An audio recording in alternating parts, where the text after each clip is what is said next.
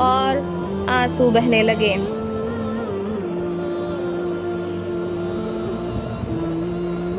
بڑی روایت ثابت بنانی رحمۃ اللہ علیہ ایک بزرگ کا مقالہ نقل کرتے ہیں۔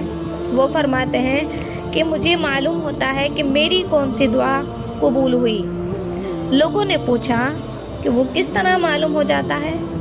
فرمانے لگے کہ جس دعا میں بدن کے بال کھڑے ہو جاتے ہیں اور دل دھڑکنے لگتا ہے اور آنکھوں سے آنسو بہنے لگتے ہیں، وہ دعا قبول ہو جاتی ہے۔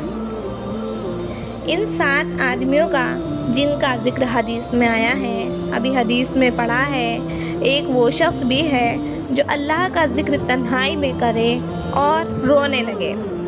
اس شخص میں 2 خوبیاں جمع ہیں اور دونوں بہت اعلیٰ درجے کی ہیں۔ ایک اخلاص کہ تنہائی میں اللہ کی یاد میں مشغول ہو، اور دوسرا اللہ کا خوف یا شوق کہ دونوں میں رونا آتا ہے اور دونوں کمال ہے۔ ایک حدیث میں آیا ہے کہ جو شخص اللہ کے خوف سے روئے وہ اس وقت تک جہنم میں نہیں جا سکتا جب تک کہ دودھ تھنوں میں واپس نہ جائے، اور ظاہر ہے کہ یہ ناممکن بات ہے، بس ایسے ہی اس کا جہنم میں جانا بھی ناممکن ہے۔ ایک اور حدیث میں آیا ہے کہ جو شخص اللہ کے خوف سے روئے حتیٰ کہ اس کے آنسوں میں سے کچھ زمین پر ٹپک جائے تو اس کو قیامت کے دن عذاب نہیں ہوگا۔ ایک حدیث میں آیا ہے کہ 2 آنکھوں پر جہنم کی آگ حرام ہے، ایک وہ آنکھ جو اللہ کے خوف سے روئی ہو، اور دوسری وہ جو اسلام کی اور مسلمان کی کفار سے حفاظت کرنے میں جاگی ہو۔ ایک اور حدیث میں ہے کہ جو آنکھ اللہ کے خوف سے روئی ہو اس پر جہنم کی آگ حرام ہے، اور جو آنکھ اللہ کی راہ میں جاگی ہو اس پر بھی حرام ہے، اور جو آنکھ ناجائز چیز مثلاً نامحرم وغیرہ پر پڑنے سے رک گئی ہو اس پر بھی حرام ہے، اور جو آنکھ اللہ کی راہ میں ضائع ہو گئی ہو اس پر بھی جہنم کی آگ حرام ہے۔ ایک حدیث میں مصیبت و پریشانی کا حل نماز ہے۔ کہتے ہیں کہ کوفہ میں ایک قلی تھا جس پر لوگوں کو بہت اعتماد تھا، امین ہونے کی وجہ سے تاجروں کا سامان روپیہ وغیرہ بھی لے جاتا۔ ایک مرتبہ وہ سفر میں جا رہا تھا، راستے میں ایک شخص اس کو ملا، پوچھا کہاں کا ارادہ ہے؟ قلی نے کہا فلاں شہر کا۔ وہ کہنے لگا مجھے بھی جانا ہے، میں پاؤں چل سکتا تو تیرے ساتھ ہی چلتا، کیا یہ ممکن ہے کہ 1 دینار کرائے پر مجھے خچر پر سوار کر لے؟ قلی نے اس کو منظور کر لیا، وہ سوار ہو گیا۔ راستے میں ایک دوراہا ملا، سوار نے پوچھا کدھر کو چلنا چاہیے؟ قلی نے شار عام کا راستہ بتایا، یعنی جو راستہ عام تھا وہ راستہ قلی نے بتایا۔ سوار نے کہا یہ دوسرا راستہ قریب کا ہے اور جانور کے لیے بھی سہولت کا ہے، سبزہ اس پر خوب ہے۔ قلی نے کہا میں نے یہ راستہ نہیں دیکھا۔ سوار نے کہا میں بارہا اس راستے پر چلا ہوں۔ قلی نے کہا اچھی بات ہے، اسی راستے کو چلے۔ تھوڑی دور چل کر وہ راستہ ایک وحشتناک جنگل پر ختم ہو گیا جہاں بہت سے مردے پڑے تھے۔ وہ شخص سواری سے اترا اور کمر سے خنجر نکال کر قلی کے قتل کرنے کا ارادہ کیا۔ قلی نے کہا ایسا نہ کر، یہ خچر اور سامان سب کچھ لے لے، یہی تیرا مقصد ہے، مجھے قتل نہ کر۔ اس نے نہیں مانی اور قسم کھائی کہ پہلے تجھے ماروں گا پھر یہ سب کچھ لوں گا۔ اس نے بہت عاجزی کی مگر اس ظالم نے ایک نہیں مانی۔ قلی نے کہا اچھا مجھے 2 رکعت آخری نماز پڑھنے دے۔ اس نے قبول کیا اور ہنس کر کہا جلدی سے پڑھ لے۔ ان مردوں نے بھی یہی درخواست کی تھی مگر ان کی نماز نے کچھ بھی کام نہ دیا۔ اس قلی نے نماز شروع کی، الحمد شریف پڑھ کر سورت بھی یاد نہ آئی ادھر وہ ظالم کھڑا تقاضا کر رہا تھا کہ جلدی ختم کر۔ بے اختیار اس کی زبان پر یہ آیت جاری ہوئی، اَمَّن یُجِیبُ الْمُضْطَرَّ اِذَا دَعَاهُ۔ یہ پڑھ رہا تھا اور رو رہا تھا کہ ایک سوار نمودار ہوا جس کے سر پر چمکتا ہوا خود لوہے کی ٹوپی تھی۔ اس نے نیزہ مار کر اس ظالم کو ہلاک کر دیا۔ جس جگہ وہ ظالم مر کر گرا، آگ کے شعلے اس جگہ سے اٹھنے لگے۔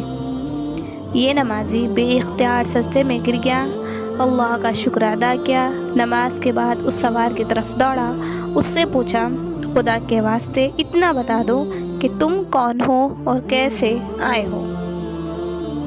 اس نے کہا کہ میں اَمَّن یُجِیبُ الْمُضْطَرَّ کا غلام ہوں، اب تم مامون ہو، جہاں چاہے جاؤ۔ یہ کہہ کر چلا گیا۔ در حقیقت نماز ایسی ہی بڑی دولت ہے کہ اللہ کی رضا کے علاوہ دنیا کے مصائب سے بھی اکثر نجات کا سبب ہوتی ہے، اور سکون قلب تو حاصل ہوتا ہی ہے۔ ابن سیرین کہتے ہیں کہ اگر مجھے جنت میں جانے میں اور 2 رکعت نماز پڑھنے میں اختیار دے دیا جائے تو میں 2 رکعت ہی کو اختیار کروں گا، اس لیے کہ جنت میں جانا میری اپنی خوشی کے واسطے ہے، اور 2 رکعت نماز میں میرے مالک کی رضا ہے۔ حضور صلی اللہ علیہ وسلم کا ارشاد ہے، بڑا قابل رشک ہے وہ مسلمان جو ہلکا پھلکا ہو، یعنی اہل ویال کا زیادہ بوجھ نہ ہو، نماز سے واقع حصہ اس کو ملا ہو، روزی صرف گزارے قابل ہو، جس پر صبر کر کے عمر گزار دے، اللہ کی عبادت اچھی طرح کرتا ہو، گمنامی میں پڑا ہو، جلدی سے مر جائے، نہ میراث زیادہ ہو نہ رونے والے زیادہ ہوں۔ ایک حدیث میں آیا ہے کہ اپنے گھر میں نماز کثرت سے پڑھا کرو، گھر کی خیر میں اضافہ ہوگا۔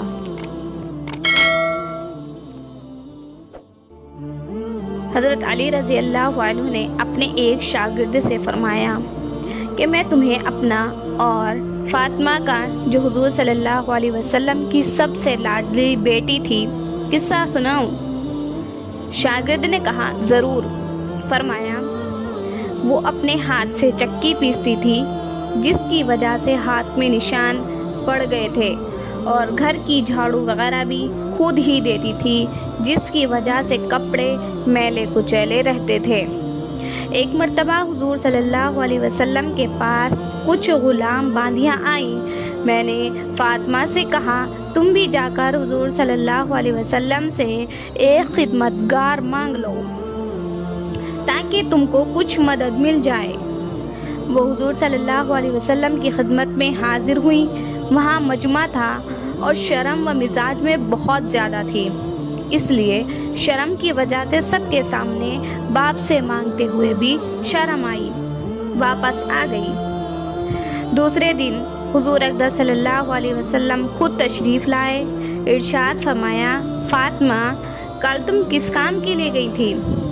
وہ شرم کی وجہ سے چپ ہو گئی۔ میں نے عرض کیا، یا رسول اللہ، ان کی یہ حالت ہے کہ چکی کی وجہ سے ہاتھوں میں گٹے پڑ گئے اور مشکی کی وجہ سے سینے پر رسی کے نشان ہو گئے، ہر وقت کے کاروبار کی وجہ سے کپڑے میلے رہتے ہیں۔ میں نے ان سے کل کہا تھا کہ آپ کے پاس خادم آئے ہوئے ہیں، ایک یہ بھی مانگ لے، اس لیے گئی تھی۔ بعض روایت میں آیا ہے کہ حضرت فاطمہ رضی اللہ عنہ نے عرض کیا، یا رسول اللہ، میرے اور علی کے پاس ایک ہی بستر ہے اور وہ بھی مینڈھے کی ایک کھال ہے، رات کو اس کو بچھا کر سو جاتے ہیں، صبح کو اسی پر گھاس دانہ ڈال کر اونٹ کو کھلاتے ہیں۔ حضور صلی اللہ علیہ وسلم نے فرمایا، بیٹی صبر کر۔ حضرت موسیٰ علیہ السلام اور ان کی بیوی کے پاس 10 برس تک ایک ہی بچھونا بسترا تھا، وہ بھی حضرت موسیٰ علیہ السلام کا چوغا تھا، رات کو اسی کو بچھا کر سوتے تھے۔ تو تقوی حاصل کر اور اللہ سے ڈر اور اپنے پروردگار کا فریضہ ادا کرتی رہ اور گھر کے کاروبار کو ادا کرتی رہ، اور جب سونے کے واسطے لیٹا کر تو سبحان اللہ 33 مرتبہ،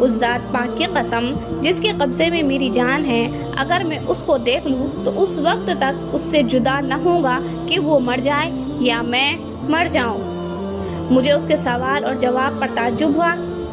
ابو جہل اتنے میں دوسرے نے یہی سوال کیا جو پہلے نے کہا تھا۔ وہی اس نے کہا۔ اتفاقاً میدان میں ابو جہل دوڑتا ہوا مجھے نظر پڑ گیا۔ میں نے ان دونوں سے کہا کہ تمہارا مطلوب جس کے بارے میں تم مجھ سے سوال کر رہے ہو وہ جا رہا ہے۔ دونوں یہ سن کر تلواریں ہاتھ میں لیے ہوئے ایک دم بھاگے چلے گئے اور جا کر اس پر تلوار چلانی شروع کر دی، یہاں تک کہ اس کو گرا دیا۔ یہ دونوں صاحبزادے معاذ بن عمرو بن جموح رضی اللہ عنہ اور معاذ بن عفرہ رضی اللہ عنہ ہیں۔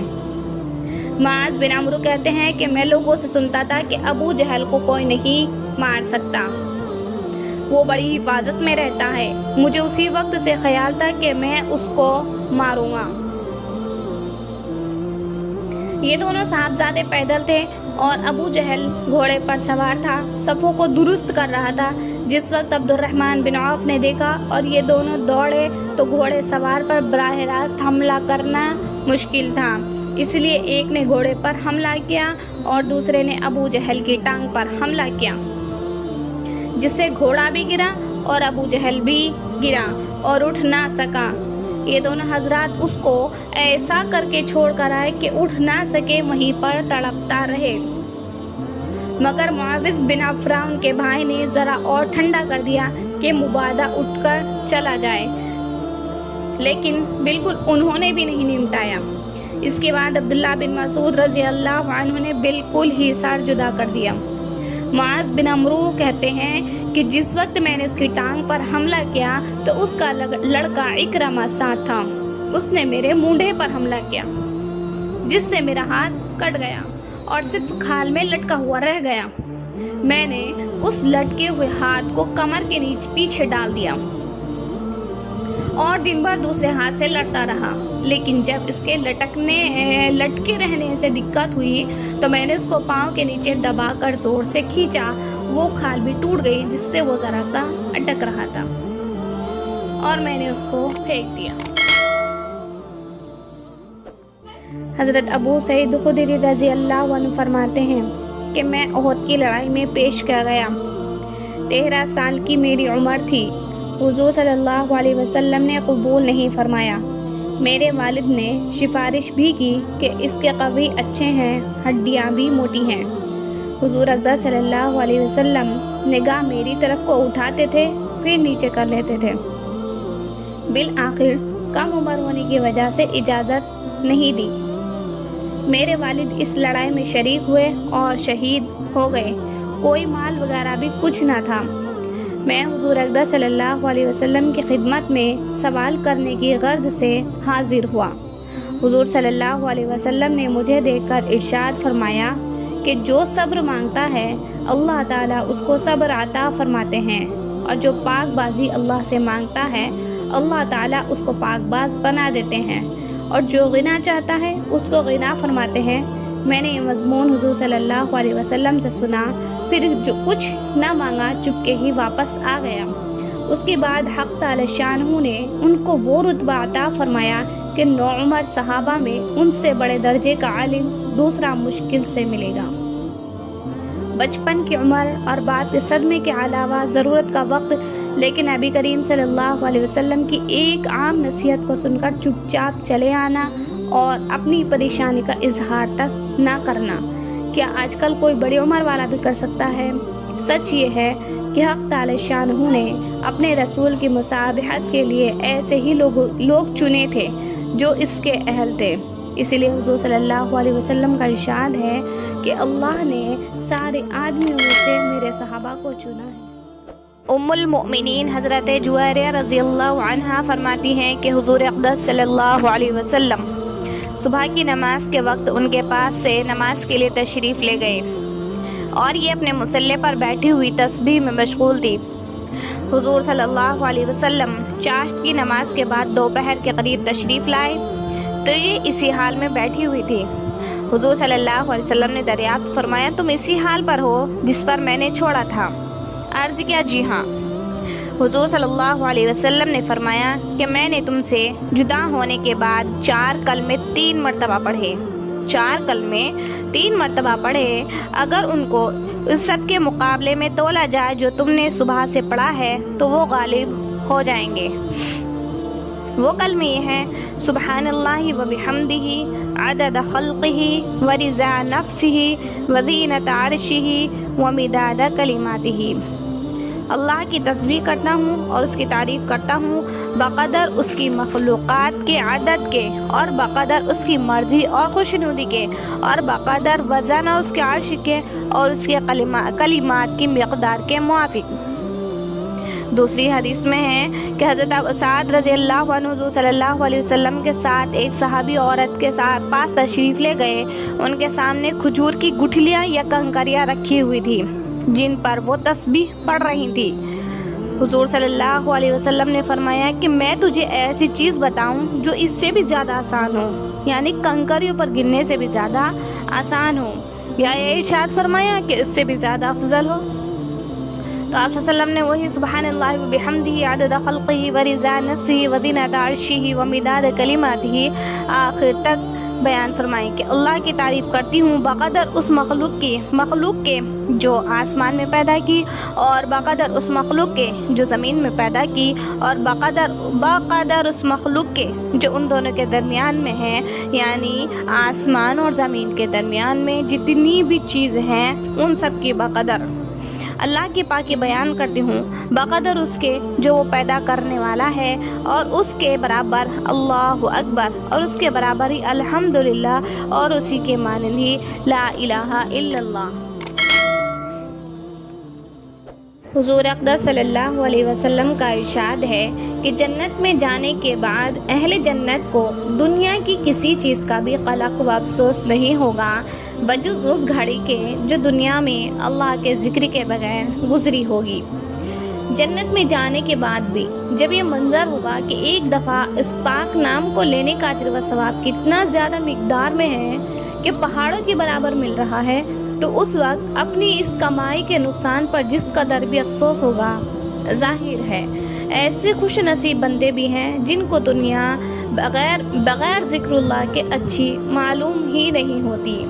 حافظ ابن حجر رحمۃ اللہ علیہ نے منبہات میں لکھا ہے کہ یحییٰ بن معاذ رازی رحمۃ اللہ علیہ اپنی مناجات میں کہا کرتے تھے: یا اللہ، رات اچھی نہیں لگتی مگر تجھ سے راز و نیاز کے ساتھ، اور دن اچھا معلوم نہیں ہوتا مگر تیری عبادت کے ساتھ، اور دنیا اچھی معلوم نہیں ہوتی مگر تیرے ذکر کے ساتھ، اور آخرت بھری نہیں مگر تیری معافی کے ساتھ، اور جنت میں لطف نہیں مگر تیرے دیدار کے ساتھ۔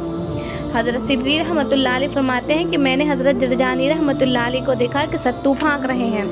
میں نے پوچھا کہ یہ خشکی پھانک رہے ہو؟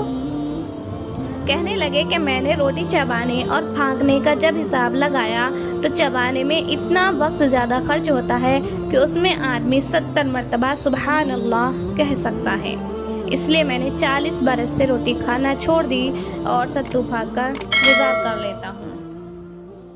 حضرت معاذ رضی اللہ عنہ فرماتے ہیں کہ مجھے حضور اقدس صلی اللہ علیہ وسلم نے 10 باتوں کی وصیت فرمائی، یہ کہ اللہ کے ساتھ کسی کو شریک نہ کرنا۔ نمبر 1 ہے یہ، گویا تو قتل کر دیا جائے یا جلا دیا جائے۔ نمبر 2، والدین کی نافرمانی نہ کرنا، گو وہ تجھے اس کا حکم کرے کہ بیوی کو چھوڑ دے یا سارا مال خرچ کر دے۔ تیسرے، فرض نماز جان کر نہ چھوڑنا، جو شخص فرض نماز جان بوجھ کر چھوڑتا ہے اللہ کا ذمہ اس سے بری ہے۔ چوتھے، شراب نہ پینا کہ یہ ہر برائی اور فحش کی جڑ ہے۔ 5 نمبر، اللہ کی نافرمانی نہ کرنا کہ اس سے اللہ تعالیٰ کا غضب اور قہر نازل ہوتا ہے۔ 6، لڑائی میں نہ بھاگنا چاہے سب ساتھی مر جائیں۔ 7، اگر کسی جگہ وبا پھیل جائے جیسے طاعون وغیرہ تو وہاں سے نہ بھاگنا۔ اپنے گھر والوں پر خرچ کرنا۔ نمبر 9، تنبیہ کے واسطے ان پر سے لکڑی نہ ہٹانا، اللہ تعالیٰ سے ان کو ڈراتے رہنا۔ حضرت عبداللہ بن مسعود رضی اللہ عنہ فرماتے ہیں کہ بچوں کی نماز کی نگرانی کیا کرو اور اچھی باتوں کی ان کو عادت ڈالو۔ حضرت لقمان حکیم کا ارشاد ہے کہ باپ کی مار اولاد کے لیے ایسی ہے جیسا کہ کھیت کے لیے پانی۔ حضور صلی اللہ علیہ وسلم کا ارشاد ہے کہ کوئی شخص اپنی اولاد کو تنبیہ کرے، یہ 1 سا صدقہ کرنے سے بہتر ہے۔ 1 سا تقریباً 3.5 سیر غلے کا ہوتا ہے۔ ایک حدیث میں ارشاد ہے، کوئی باپ اپنی اولاد کو اس سے افضل عطیہ نہیں دے سکتا کہ اس کو اچھا طریقہ تعلیم کرے۔ نماز کی فضیلت۔ احادیث میں آیا ہے کہ حق تعالی شانہ ارشاد فرماتے ہیں، اے ابن آدم، تو دن کے شروع میں میرے لیے 4 رکعت پڑھ لیا کر، میں تمام دن کے تیرے کام بنا دیا کروں گا۔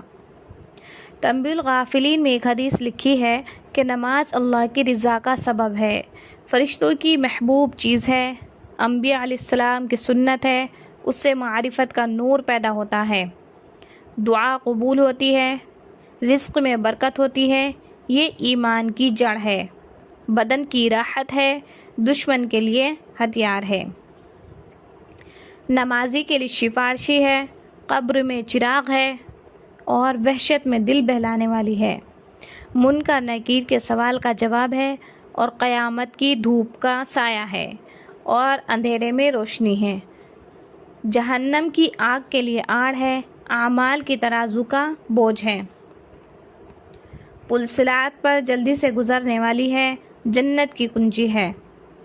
حافظ ابن حجر رحمۃ اللہ علیہ نے منبہات میں حضرت عثمان غنی رضی اللہ عنہ سے نقل کیا ہے کہ جو شخص نماز کی محافظت کرے، نماز کی حفاظت کرے، اوقات کی پابندی کے ساتھ اس کا اہتمام کرے، حق تعالی شانہ 9 چیزوں کے ساتھ اس کا اکرام فرماتے ہیں۔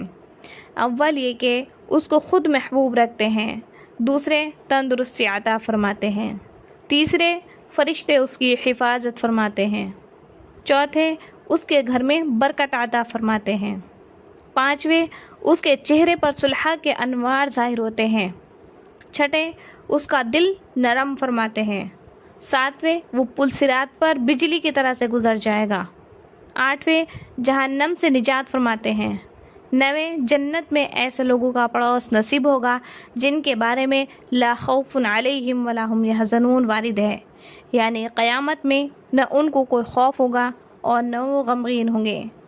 حضور صلی اللہ علیہ وسلم کا ارشاد ہے کہ نماز دین کا ستون ہے۔